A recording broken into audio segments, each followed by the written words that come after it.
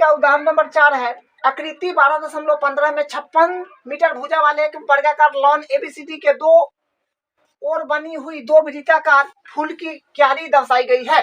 ये देखिए, ये आकृति है और ये 56 मीटर भुजा वाले वर्गाकार लॉन है जिसका नाम एबीसीडी है, और इसके दोनों ओर जो है ये फूलों का क्यारी है। ठीक है, ये जो है ये और ये जो है ये फूल का क्यारी है, दर्शाई गई है। यदि प्रत्येक वृत्ताकार क्यारी केंद्र लॉन के विकर्णों का प्रतिच्छेद बिंदु O है, मतलब इसका जो केंद्र है ये O है। ठीक है, ये विकर्णों वर्ग का विकर्ण से जो बना हुआ है, जहाँ प्रतिच्छेदन बिंदु है, वही इसका केंद्र है जिसका नाम O है।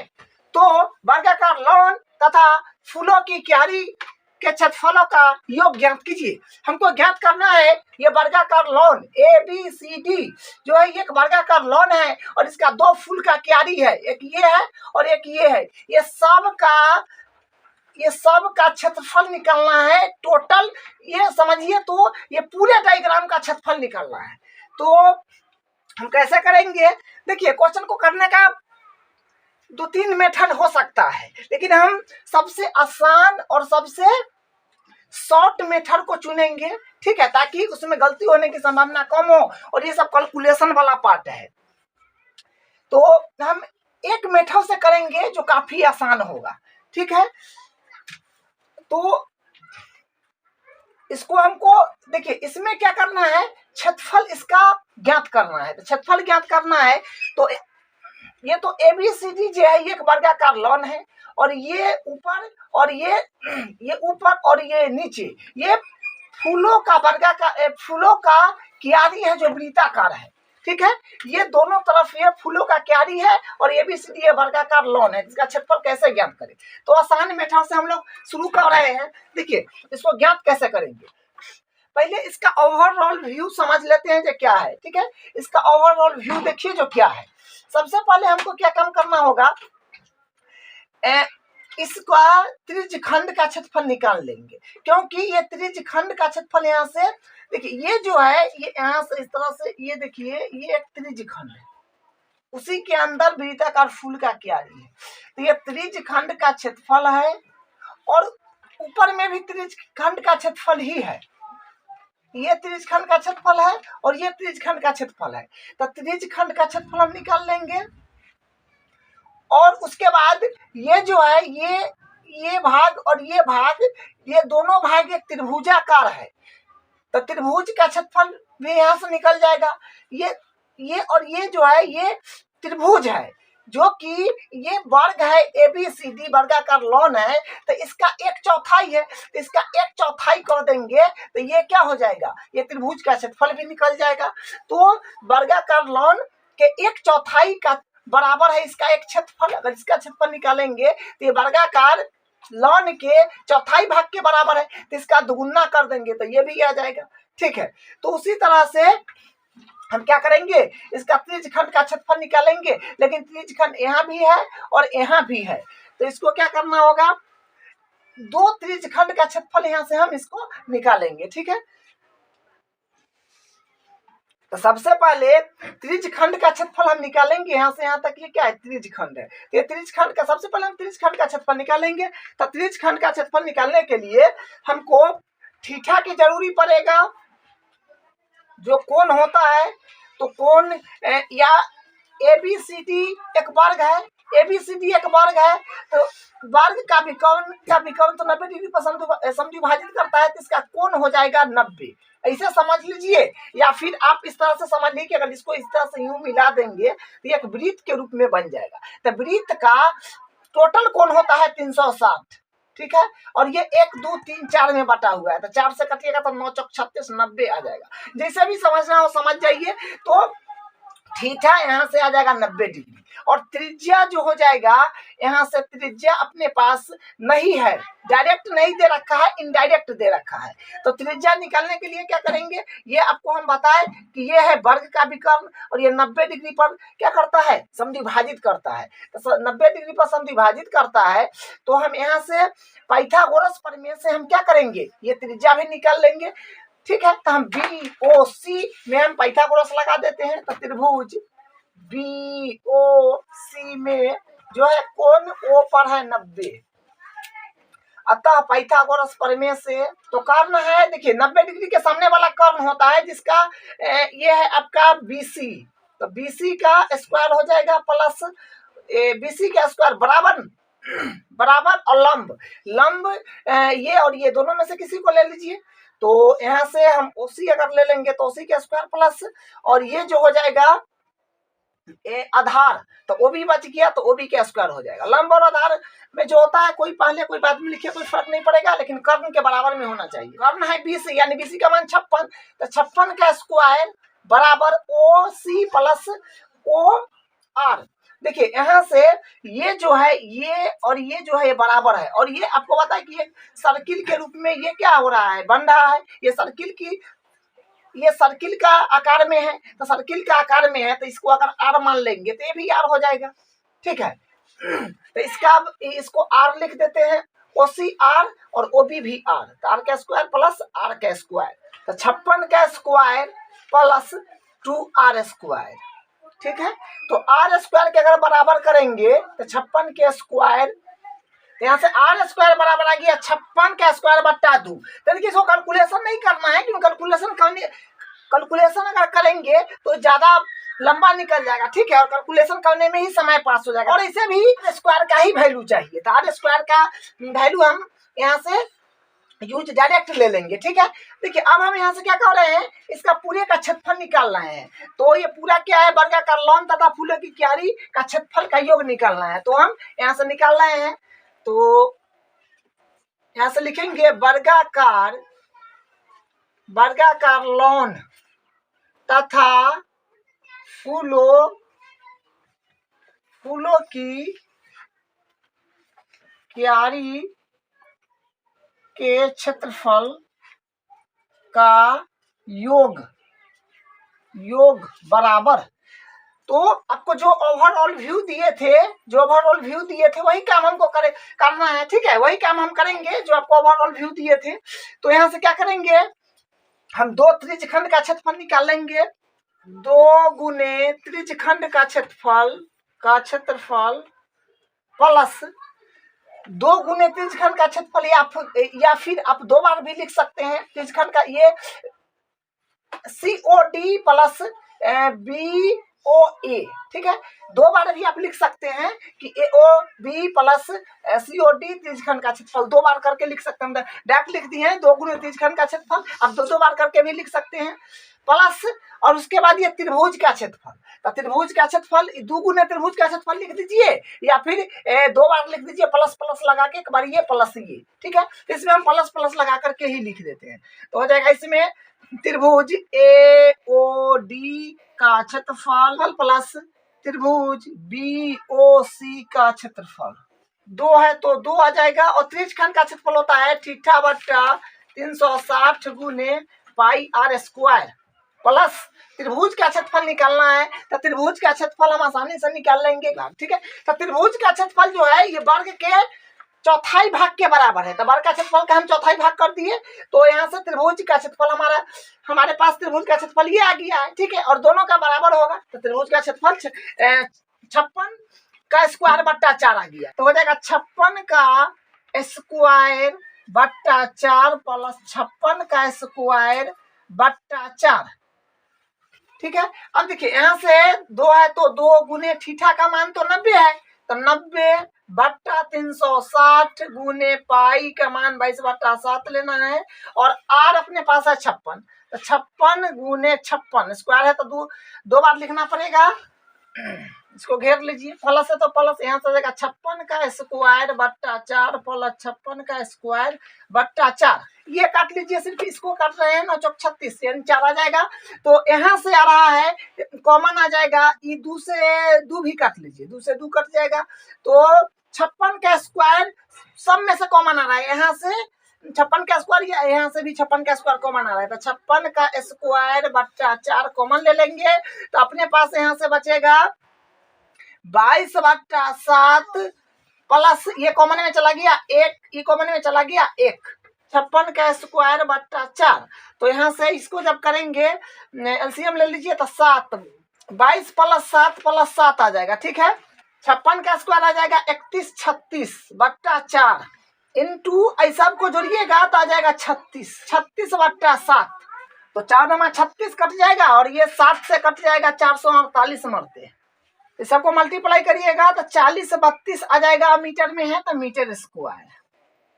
तो इसका यही आंसर आ गया। ठीक है, तो हमको पूरा ये जो है ना, ये टोटल जो है ये डायग्राम का क्षेत्रफल पूछ लिया था, कुल सभी का क्षेत्रफल पूछ लिया था तब किए। और दूसरा चीज सिर्फ क्यारी का क्षेत्रफल पूछता था, उस सिचुएशन में दूसरा काम करते। ठीक है, तो हम ओवरऑल काम सिर्फ इतना ही किए हैं कि ये त्रिज्यखंड और ये त्रिज्यखंड का क्षेत्रफल निकाले, उसके बाद ये त्रिभुज और ये त्रिभुज का क्षेत्रफल निकाले, टोटल को जोड़ दिए, हमारे पास वर्गाकार लॉन तथा फूलों की क्यारी का क्षेत्रफल आ गया। और इसमें कैलकुलेशन पर खास ध्यान देना था, क्योंकि कैलकुलेशन करते तो काफी लंबा निकलते चला जाता, इसलिए हम इसको आर स्क्वायर का वैल्यू ही चाहिए, इसको एडिटिव छोड़ दिए और यहाँ पर सबका मान भरते गए और यहाँ से कॉमन आ गया, एकदम आसान वे में कट के हमारा आंसर आ गया। अब इसका अगला 12.16 में छायांकित क्षेत्र का क्षेत्रफल ज्ञात कीजिए, जहाँ ABCD भुजा 14 सेमी वाला एक वर्ग है। देखिए इसमें जो ये आकृति है, इसमें आकृति दे रखा है और ये जो है ये छायांकित, जो आपको ये डॉट डॉट से दिखाया गया है, ये जो है ये छायांकित है, छायांकित भाग है। ठीक है, तो ये छायांकित भाग का अपने को क्षेत्रफल निकालना है। ठीक है, ये छायांकित भाग का क्षेत्रफल निकालना है, तो कैसे करेंगे? वर्ग का क्षेत्रफल में से चारों वृत्त का क्षेत्रफल अगर आप हटा देंगे तो छायांकित भाग का क्षेत्रफल ही बचेगा। ठीक है, वर्ग के क्षेत्रफल में से चारों वृत्त का क्षेत्रफल अगर आप हटा देंगे तो छायांकित भाग का क्षेत्रफल ही बचेगा। तो वही काम करेंगे, ये मोटा मोटी बात है। ठीक है, तो हम वर्ग का क्षेत्रफल एक बार निकाल लेंगे। ठीक है, और उसके बाद ये वृत्त का क्षेत्रफल निकाल लेंगे और एक वृत्त का क्षेत्रफल निकाल लेंगे, उसे 4 से गुना कर देंगे तो चारों वृत्त का क्षेत्रफल आ जाएगा। ठीक है, क्योंकि चारों वृत्त जो है ये समान त्रिज्या का है, इसमें बड़ा छोटा फिगर बन गया है, इसलिए बड़ा छोटा आपको दिख रहा होगा। ठीक है, तो हम इस तरह से करेंगे, छायांकित भाग का क्षेत्रफल।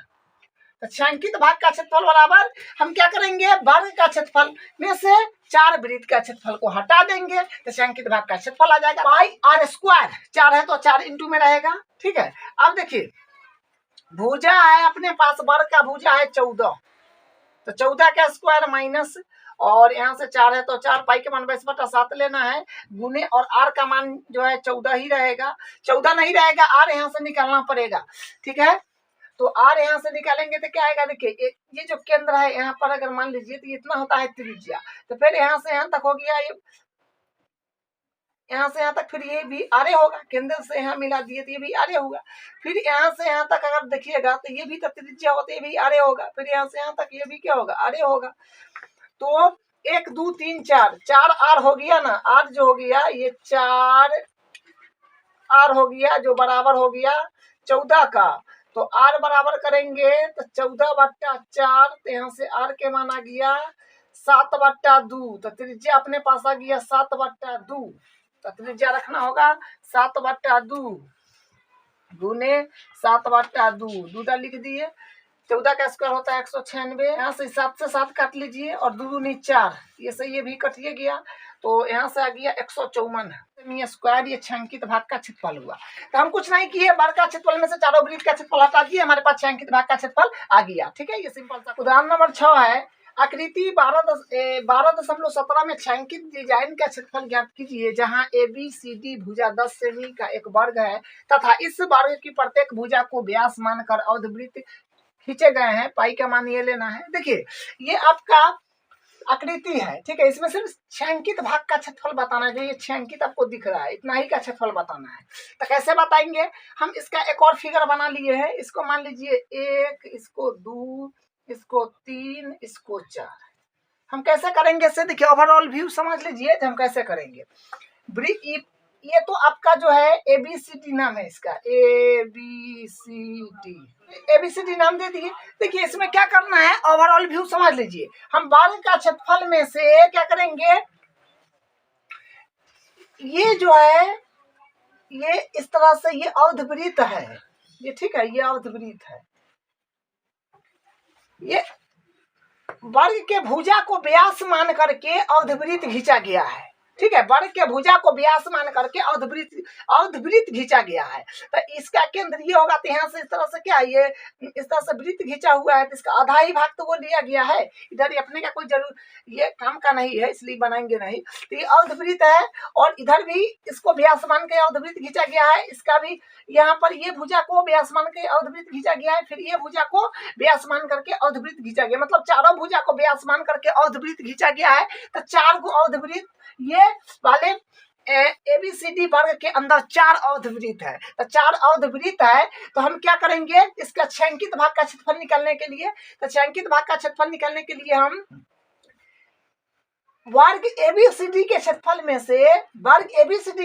में से चारों अर्धवृत्त का क्षेत्रफल अगर हम हटा देंगे, चारों अर्धवृत्त का क्षेत्रफल हम हटा देंगे तो हमारे पास छायांकित भाग का क्षेत्रफल आ जाएगा। ठीक है, तो हम देखिए यहाँ से हम क्या कर रहे हैं, पहले 2 अर्धवृत्त का क्षेत्रफल हम निकाल ले रहे हैं। ठीक है, 2 अर्धवृत्त का क्षेत्रफल हम यहाँ से निकाल ले रहे हैं, तो आ जाएगा यहाँ से आ जाएगा वर्ग का क्षेत्रफल माइनस 2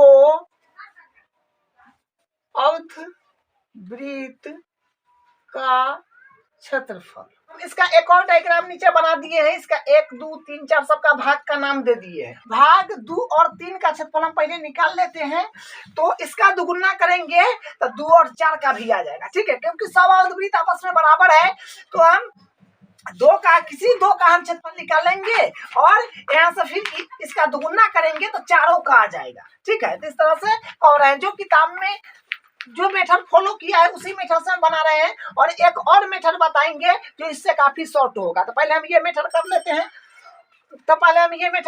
हैं, तो फिर उस पर जाएंगे। तो वर्ग का क्षेत्रफल में से हम 2 अर्धवृत्त का क्षेत्रफल घटा रहे हैं, जो वर्ग का क्षेत्रफल ABCD वर्ग का क्षेत्रफल हो जाएगा, और भाग 1 प्लस भाग 2 मतलब भाग 1 ये और भाग 3 भाग 1 प्लस भाग 3 का क्षेत्रफल हम निकाल रहे हैं जो अर्धवृत्त है। तो यहाँ से वर्ग का क्षेत्रफल होता है भुजा स्क्वायर माइनस 2 गुने अर्धवृत्त का क्षेत्रफल होता है, वृत्त का क्षेत्रफल होता है पाई r स्क्वायर, और का मान हो गया 10, तो 10 का स्क्वायर माइनस पाई का मान लेना है 3.14 गुने r है। देखिए यहाँ से यहाँ तक ये वृत्त का व्यास है, तो त्रिज्या इसका आधा ही तो होगा, इतना होगा त्रिज्या जो 5 आएगा, यानी r यहाँ से 5 सेमी मिलेगा। ठीक है, r 5 सेमी हो जाएगा, तो r हो जाएगा 5 गुने 5। इसको जब यहाँ से 10 का स्क्वायर आ जाएगा 100 माइनस इसका जब मल्टीप्लाई करिएगा तो 78.5 आ जाएगा। इस सबको जब घटाएंगे तो 21 आ जाएगा 5। ठीक है, 21.5 सेमी स्क्वायर। हम सिर्फ 2 अर्धवृत्त का ही क्षेत्रफल अभी तक निकाले हैं, इसका हम डबल कर देंगे तो ये दोनों का भी आ जाएगा। ठीक है, तो यहाँ से हम भाग 2 प्लस भाग 4 का क्षेत्रफल निकाल रहे हैं, भाग 4 का क्षेत्रफल, तो भाग 2 और 4 का भी वही आ जाएगा क्योंकि आपस में सब बराबर है। तो 1 और 3 का आया 21.5 और 2 और 4 का भी आ गया 21.5। तो हम यहाँ से निकाल रहे हैं छायांकित भाग का क्षेत्रफल। तो